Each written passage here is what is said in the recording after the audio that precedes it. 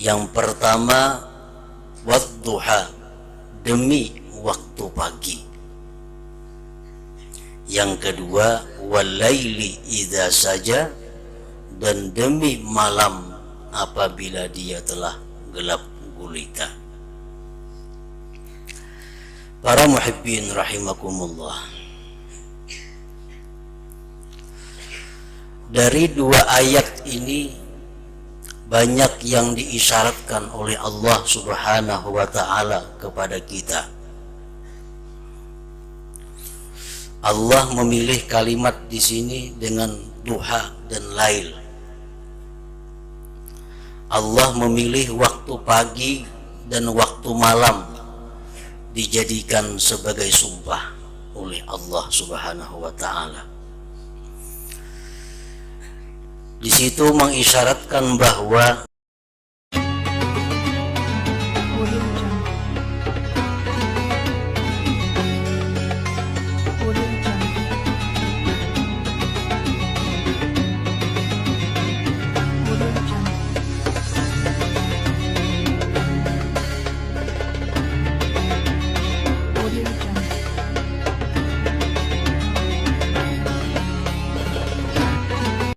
Bismillahirrahmanirrahim. Alhamdulillahi wahdah. Asyhadu an la ilaha illallah wahdahu la syarika lah. Wa asyhadu anna sayyidana Muhammadan abduhu wa rasuluhu wa la nabiyya ba'dah. Allahumma salli wa sallim wa barik ala sayyidina Muhammadin khairil bariyah wa ala alihi wa ashabihi wa dzurriyyatihi wa atba'ihi ila yaumil qiyamah. Amma ba'd. Yang kita hormati dan kita cintai para habaib dan para alim ulama, para muhibbin hadirin hadirat rahimakumullah. Puji dan syukur selalu kita haturkan kehadirat Allah Subhanahu wa ta'ala atas limpahan nikmat yang selalu diberikan kepada kita. Dan juga salawat dan salam kepada junjungan kita Nabi besar Muhammad sallallahu alaihi wasallam, dan kepada seluruh keluarga, para sahabat, zurriyat dan pengikut beliau sampai hari akhir nanti. Para muhibbin rahimakumullah, yang ke-93 dari surah Al-Quran, yaitu suratul duha, makiyatun wa ayatuha 11. Yang ke-93 adalah surat Ad-Duha, diturunkan ini surah di Mekah, dan ayat-ayatnya berjumlah 11 ayat. A'udzu billahi minasyaitonir rajim. Bismillahirrahmanirrahim. Wad-duha wal-laili idza saja. Artinya, demi waktu pagi, demi waktu malam apabila dia telah gelap gulita.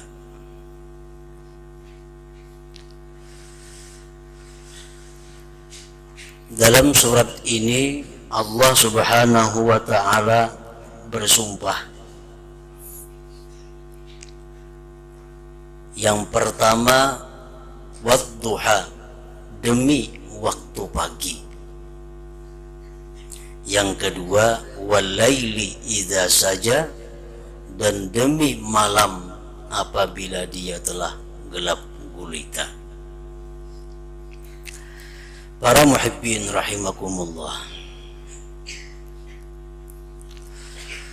dari dua ayat ini banyak yang diisyaratkan oleh Allah Subhanahu wa ta'ala kepada kita.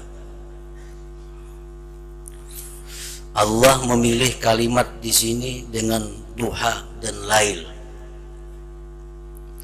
Allah memilih waktu pagi dan waktu malam dijadikan sebagai sumpah oleh Allah Subhanahu wa taala. Di situ mengisyaratkan bahwa agar manusia dapat mengingat dengan malam yang gelap gulita itu keadaan alam kubur nanti.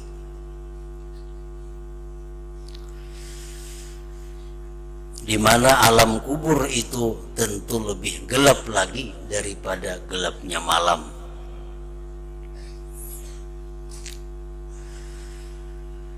Dan waktu pagi itu mengisyaratkan untuk mengingat bahwa manusia itu keluar dari rumahnya untuk menuju tempat pekerjaannya masing-masing.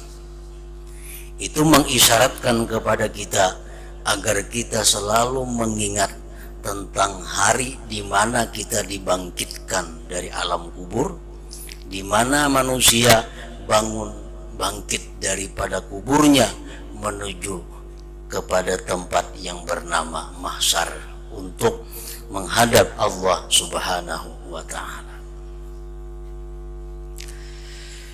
Semestinya apabila kita membaca wadduha wal laili idza saja, akan terbayang dalam pikiran kita tentang gelapnya kubur dan bagaimana keadaan manusia sesudah nanti dibangkit daripada kuburnya.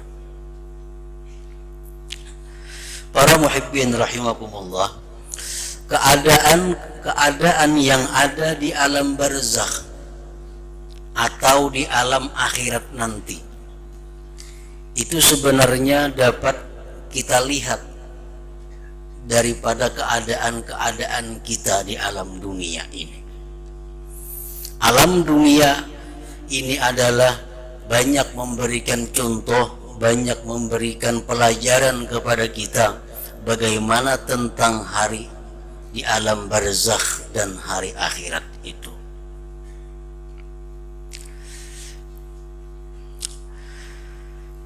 Malam dibandingkan dengan gelapnya kubur. Hanya orang-orang yang punya kemampuan, hanya orang-orang yang mempunyai uang yang bisa membeli alat-alat untuk penerang di waktu malam.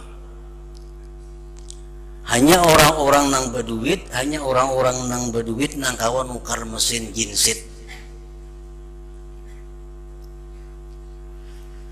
Amun nang kada berduit, paling-paling lilin atau lampu biasa. Nah, itulah perbandingan di alam kubur. Hanya orang-orang yang banyak beramal saleh, orang-orang yang banyak mempunyai amal saleh di alam dunia, dia di alam kuburnya nanti yang terang benderang. Orang-orang yang punya sedikit amal saleh, maka di alam kuburnya pun akan sedikit dapat penerangan. Tetapi orang-orang yang mana amal salihnya itu kalah dengan amal kejahatannya, maka dia di alam kubur tidak akan mendapat penerangan sedikit jua pun, gelap gulita. Nah, di waktu pagi di alam dunia ini kita meninggalkan rumah, berangkat ke tempat pekerjaan. Bermacam-macam keadaan manusia. Ada yang berangkat naik kendaraan mobil, ada yang naik sepeda motor, ada yang naik sepeda, ada yang berjalan batis, ada yang berbicara, macam-macam. Nah, keadaan kita sesudah dibangkit di alam kubur itu seperti itu. Orang-orang yang banyak mempunyai amal saleh, begitu dia bangkit dari kubur, disediakan kendaraan menjemput dia untuk menuju mahsyar.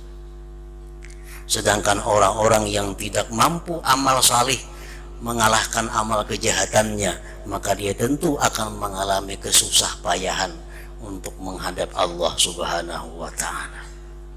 Nah, itulah salah satu isyarat daripada sumpah Allah Subhanahu wa ta'ala, wadduha wal laili idza saja. Para muhibbin rahimakumullah, waktu pagi dan waktu malam itu adalah merupakan bagian daripada waktu. Di dalam Al-Quran sangat banyak Allah Subhanahu wa ta'ala membicarakan mengenai waktu, dengan tujuan agar manusia, agar kita ini selalu bisa menjaga waktu yang diberikan Allah Subhanahu wa ta'ala itu. Karena setiap kali kita menjelang kematian, hanya satu yang kita sesalkan, yang paling kita sesalkan adalah habisnya waktu untuk berbuat kebaikan. Boleh dikatakan setiap manusia begitu didatangi oleh malaikat maut, apa yang diminta? Minta waktu. Rabbi laula akhartani ila ajalin qarib. Hai Tuhanku, beri aku sedikit lagi waktu agar aku bisa berbuat kebajikan. Padahal Allah Subhanahu wa ta'ala telah banyak memberikan waktu kelapangan kepada kita di alam dunia ini. Para muhibbin rahimakumullah, sebagian daripada ahli hikmah mengatakan likulli syai'in miqat, i'malu fil miqat waf'alu syai'an fil miqat. Bagi tiap-tiap sesuatu itu ada waktunya. Allah Subhanahu wa ta'ala menciptakan segala sesuatu itu sekaligus memberikan waktunya. Dan sehebat apapun, semulia apapun, sebesar apapun, sesuatu kalau sudah habis waktunya kada berguna lagi. Bisa duit selamari, cuma tahun berapa duitnya, waktunya kada cocok lagi. Adalah manfaatnya bisa duit salamari, bisa duit Soekarno, payo lagi, mana menggunakan, waktunya habis.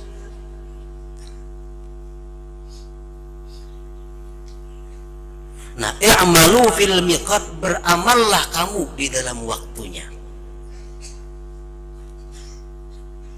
Waf'alu syai'an fil miqat, dan perbuatlah sesuatu itu di dalam waktunya.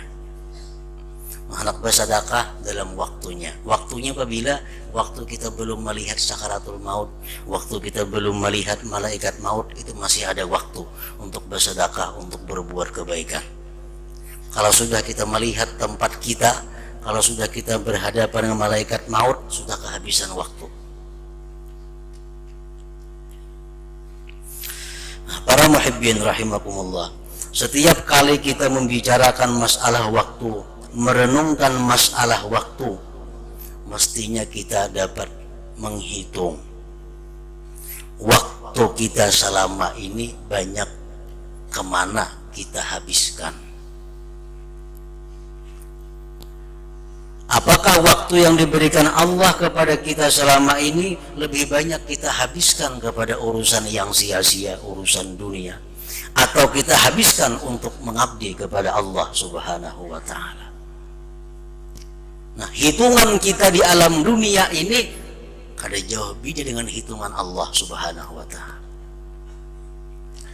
Kalau kita menghitung, kalau kita merenung, kayaknya aku nih selama ini banyak ke dunia waktuku nih.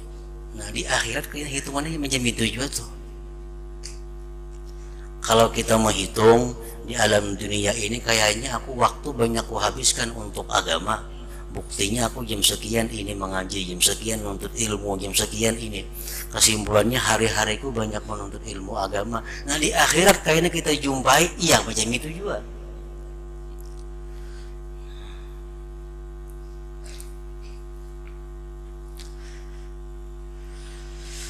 Jadi Allah Subhanahu wa ta'ala secara tidak langsung di dalam surat Ad-Duha ini mengisyaratkan kepada kita agar kita merenungi tentang waktu-waktu yang diberikan oleh Allah Subhanahu wa Ta'ala kepada kita, untuk dapat kita hitung mana banyaknya selama ini, dan untuk kita perbaiki penggunaan waktu di masa akan datang kepada hal-hal yang sifatnya pengabdian kepada Allah Subhanahu wa Ta'ala.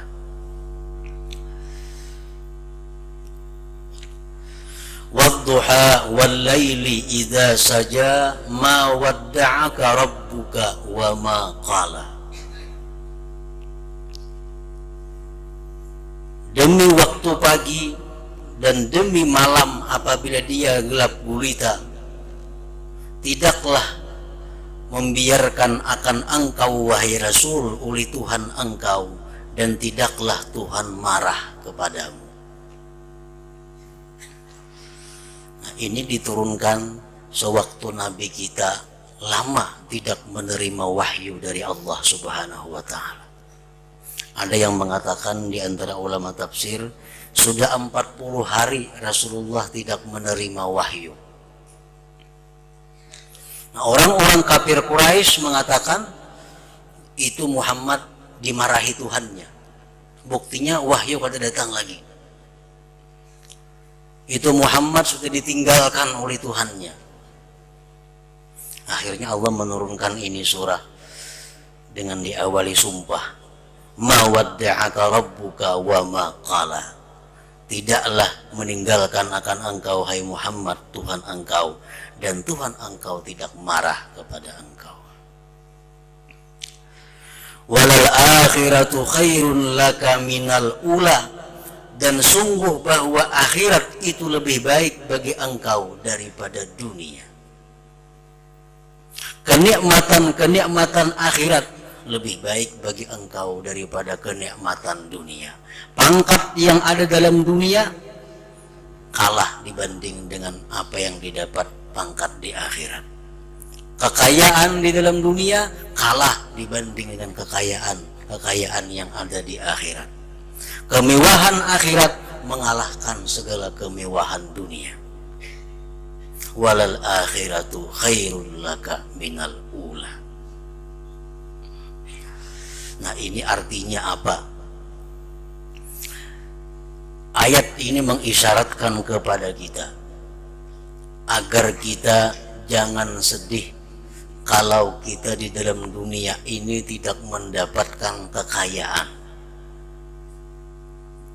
Jangan sedih kalau dalam dunia ini tidak mendapatkan kepangkatan, tidak mendapatkan kedudukan, asalkan semua itu bisa kita dapatkan di akhirat. Karena kenikmatan, kepangkatan akhirat itu jauh lebih baik daripada yang ada di dunia ini. Walal akhiratu khairun laka minal ula. Wala sawfa yu'tika rabbuka fatarda. Dan selagi memberi akan engkau wahai Rasul Tuhan engkau sampai engkau ridha. Allah selalu memberi apa yang Nabi minta sampai Nabi senang.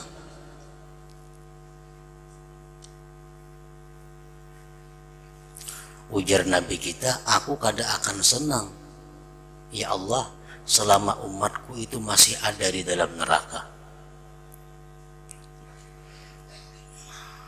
Aku tidak akan bisa senang ya Allah kalau umatku masih ada yang menderita di dalam neraka itu. Akhirnya Rasulullah SAW diberikan oleh Allah syafaat untuk mengangkat umat-umatnya yang masih tersisa di dalam neraka itu, sehingga beliau menjadi senang, sehingga beliau menjadi bahagia. Alam yajidka yatiman fa'awa. Adakah tidak ia dapati engkau itu seorang yatim, maka dia berikan tempat. Rasulullah Sallallahu Alaihi Wasallam seorang yatim, tapi Allah menempatkan beliau kepada kaki beliau Abdul Muttalib. Abdul Muttalib sayang kepada cucunya sebagaimana sayangnya ayah. Abdul Muttalib wafat, ada lagi yang menjaga Rasulullah, yaitu Abu Talib. Alam yajidka yatiman fa'awa wa wajadaka dhallan fahada. Dan Allah mendapati engkau tidak tahu, maka dia beri petunjuk. Apa yang Nabi kita tidak tahu, apa yang Nabi kita kada tahu, minta petunjuk kepada Allah, Allah beritahu. Wa wajadaka a'ilam fa'aghna. Dan Allah mendapati engkau dalam keadaan fakir, miskin, maka Allah kayakan. Waktu berdakwah Rasulullah Shallallahu Alaihi Wasallam di Mekah, beliau punya pendamping seorang yang sangat kaya raya untuk menjalankan misi dakwahnya, yaitu Sayyidatina Khadijatul Kubra. Seorang perempuan yang kaya inilah yang membantu dakwah Nabi dengan hartanya. Khadijah wafat, digantikan Allah dengan Abu Bakar Siddiq. Abu Bakar Siddiq habis-habisan membantu Rasulullah dengan hartanya. Begitu hijrah Rasulullah ke Madinah, orang-orang kaya Ansar Madinah mendukung perjuangan Rasulullah Sallallahu Alaihi Wasallam. Wa wajadaka a'ilam fa'aghna. Fa'ammal yatima fala taqhar. Maka anak yatim itu janganlah engkau sewinang-winang dengannya. Anak yatim jangan dizalim. Anak yatim jangan dianiaya. Anak yatim jangan dibuat menderita. Fa'ammal yatim fala taqhar. Rasulullah Shallallahu Alaihi Wasallam bersabda, Innal yatima idza baka ihtazza li bukaihi arsyur rahman wa yaqulullahu ta'ala li malaikatihi ya malaikati man dzalladzi abka hadzal yatima alladzi ghayyabtu abahu fit turab fataqulul malaikah rabbuna anta a'lam fa yaqulullah li malaikatihi ishhadu anna man askatahu wa ardah an urdiyahu yaumal qiyamah. Rasulullah bersabda bahwasanya seorang anak yatim apabila dia menangis maka bergoyanglah arsy Allah. Allah pun berkata kepada malaikat, wahai malaikat, siapa yang menyebabkan dia menangis itu? Yang abahnya telah aku wafatkan. Siapa yang menangisakan ingin itu ya Tuhan? Abahnya sudah aku matiakan, siapa yang menangisakan inya? Ujar malaikat, engkau lebih tahu hai Tuhan kami. Allah berfirman bagi malaikatnya, bersaksilah malaikat bahwa orang yang bisa membisai anak yatim itu sehingga ampih menangis dan membuat inya senang, engkau jadi saksi bahwa aku akan meridai orang tersebut pada hari kiamat nanti. Nah, ini fadilat orang yang membisai anak yatim yang menangis. Anak yatim gula batu kah diberi nang apakah sehingga ini ampih menangis. Nah, Allah ridha kepada kita pada hari kiamat.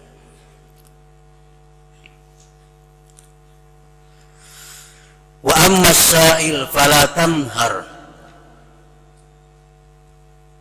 Adapun orang yang minta, jangan kamu gertak dia. Orang minta-minta assalamualaikum, jangan dimarahi, jangan disariki. Anak memberi, anak kada-kada, jangan disariki, jangan disambati. Rasulullah sallallahu alaihi wasallam bersabda, "Ruddus sa'ila bi badlin yasir aw raddin jamil, fa innahu ya'tikum man laysa minal insi wala minal jin, yanzuru kaifa sani'ukum bima khawwalakumullah." Ujar Nabi kita, tolaklah itu orang yang minta dengan pemberian sedikit. Ada orang minta-minta, beri sedikit.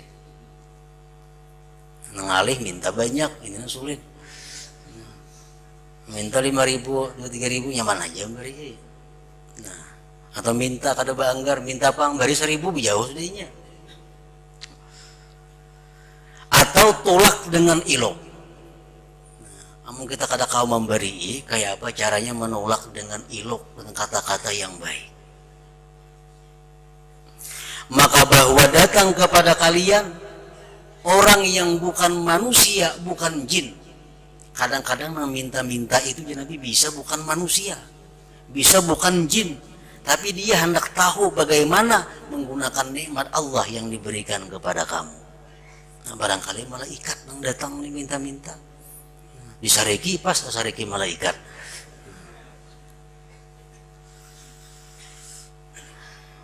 Wa amma sa'ila fala tanhar wa amma bi ni'mati rabbika fahaddits, maka adapun dengan nikmat Tuhan engkau ceritakan, kisahkan. Kalau kita ada dapat nikmat dari Allah, baik nikmat yang sifatnya dini, agama, atau nikmat yang sifatnya dunia, ceritakan, kisahkan, agar orang-orang tahu bahwa kita dapat nikmat Allah. Umpamanya kita dapat mimpi yang bagus, atau dapat ilham apa dari Allah, atau kita punya kemampuan yang luar biasa dalam hal melakukan taat, itu nikmat yang besar. Nah, kita ceritakan kepada kawan, asalkan jangan sampai menceritakan itu ada mengandung unsur riya dan takabur. Ini semata-mata hanya untuk menceritakan nikmat Allah. Kalau kita khawatir ini mengkisahkan aku ini bisa ada sombong, mengkisahkan aku ini bisa ada riya, nah kada usah dikisahkan. Lebih baik menjaga larangan Allah daripada menunaikan perintah Allah.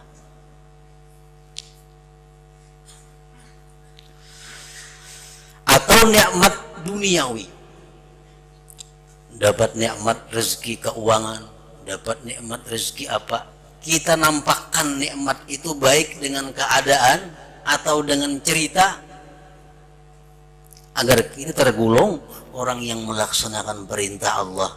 Fahaddits, ceritakan. Rasulullah sallallahu alaihi wasallam bersabda, man u'tiya khairan falam yura alaih summiya baghidallah muadiyan li ni'amillah. Barang siapa diberikan harta, maka tidak dilihat atasnya. Tuhan memberikan rezeki saling banyakan lawan manusia nih, orang nih, tapi kadang kelihatan rumah buruk, baju buruk, kendaraan buruk, serba buruk. Padahal nukar 10 kali itu kawainya, duit disimpaninya aja. Ujar Nabi, itu orang dinamakan adalah baghidallah, orang yang dimarahi Allah dan memusuhi bagi nikmat Allah.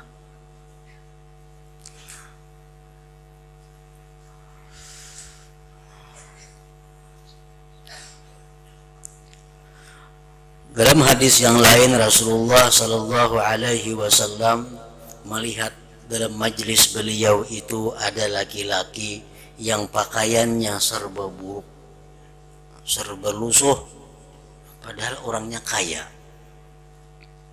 orangnya sugih, tapi serba buruk. Ujar Nabi kita, iza ataqallah malan fal yura atharuhu alaika. Bila Allah memberikan engkau tuh harta, hendaklah supaya dilihat orang bakasnya itu atas diri engkau. Termasuk daripada firman Allah tadi, fahaddits, ceritakan. Baik menceritakan lewat mulut atau menceritakan dengan keadaan, seperti berpakaian yang bagus, segala macam yang bagus, untuk menunjukkan kepada orang bahwa aku banyak menerima nikmat daripada Allah Subhanahu wa taala. Allah akan bangga kepada kita kalau kita menampakkan nikmatnya kepada makhluk yang lainnya. Cuma dengan syarat dua hal tadi, jangan sampai ada kemasukan sifat sombong dan ada kemasukan riya. Nah, bila yang dua itu ada, kalah yang tadi. Baik kita pelihara, jangan sampai sombong dan riya itu.